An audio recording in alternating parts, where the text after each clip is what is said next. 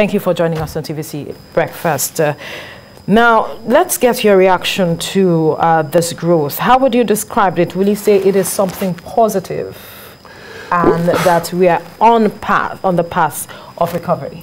Well, about being on the path of recovery, you could say that, because when you are coming from a negative and then you begin to see the positive number, no matter how small they are, because we still see the economy fragile. But when you look at the bigger picture, you want to have some concern, because that means the oil sector, which happens to be the cash cow of Nigeria economy, by this data is in recession. It's still recession. It did a negative of about -7. So that is a challenge also. Then you look at the positive of that again, you see that the non-oil sector also was one of those that grew the economy. But coupled with that, we couldn't see those kind of growth in the non-oil sector because of inflationary challenges, FX liquidity challenge, insecurity also play a role there, major role there. So we're not seeing that. And if you look at going forward, we'll continue to have those challenges, especially we've not been able to address those infrastructural problems and also the effects and security challenges. Now, what you just mentioned, some experts believe that the non-oil sector drop should be a major concern to both the fiscal and monetary authorities.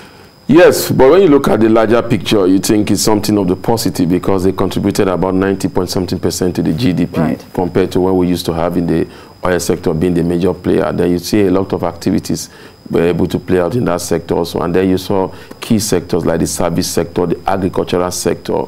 Those were the sectors that were the key drivers in that space, the non-oil sector. Then you need to see the positive in the manufacturing sector that have been contracted for about 3 quarters now. For the first time, they have been a little bit of positive. So that is the industrial goods sector. So when you look at that, you see there's a little bit of positivity in that area. But the major challenge still has to do with the insecurity, has to do also with infrastructural decay. It has to also do with inflation, like I said, then liquidity challenge. Those are the main challenges in that sector. Speaking of inflation, the question on the lips of some persons is, how is it that we're able to record this growth despite the level of inflation that we are seeing in the country? The opening up of the economy. You see, the economy is beginning to open up. A lot of key sectors are beginning to open up. So you're seeing a lot of activities in other sectors that were not open up before. The vaccine, also rolling out of the vaccine, that gives a little bit of confidence, especially in doing business with foreign partners.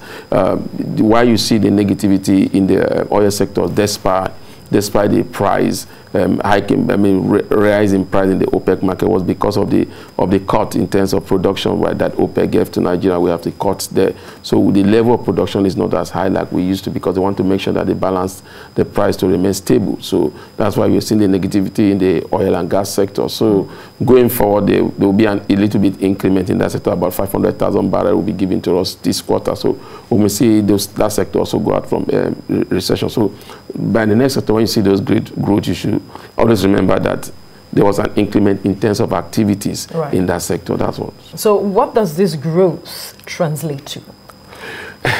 You know, I used to say that we have the real growth. The real growth is the growth that translates from the bottom to the up. But the GDP growth is the growth that comes as a result that we have increase in activities, then we have, again, price of oil going up. So Nigeria, for this current growth that we are seeing, we are not seeing it from the bottom up, whereby you see employment being created, you see new infrastructures, you see more opportunities for the underemployed, and that you are not seeing that. What you're seeing now is a growth that as a result of activities in those sectors, activity in the oil and gas sector, activity in the agricultural sector. So those are just GDP that comes up based on these activities. The real GDP, you begin to see them come when we begin to create employment for our youth, when we begin to build infrastructure. So for now, you can't sustain some of those growth. Right. Now, the final question is the fact that some persons have said there has to be targeted interventions. Now, seeing that we are witnessing this growth such that it can pace up the growth, and perhaps we begin to see the GDP that comes from bottom top, like you mentioned, and we can have those areas like employment touched on. What should that be? Where should be our targeted focus? I think the government is already doing that in terms of the intervention form started from yesterday.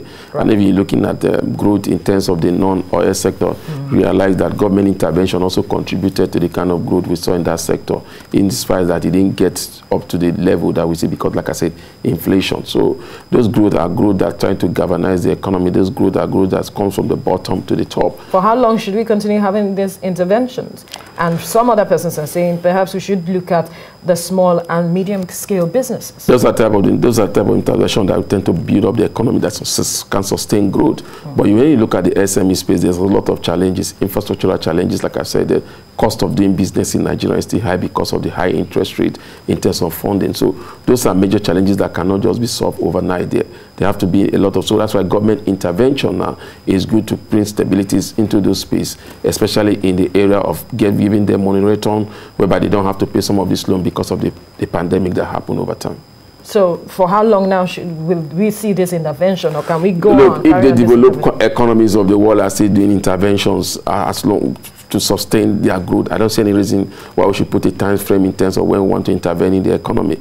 Ordinarily, the monetary and fiscal policy should have times that they intervene in the economy, even in the good or the bad times. In the good times, you see they intervene in the economy to reduce inflation, liquidity. In the bad time, they're supposed to intervene in the economy to increase liquidity also to the system, in terms of credit to the system, also to boost activity. So now that we're in the bad times, so that level of level of intervention has to be ongoing, especially in key sectors that drive the economy, like the agricultural sector, like the communication sectors.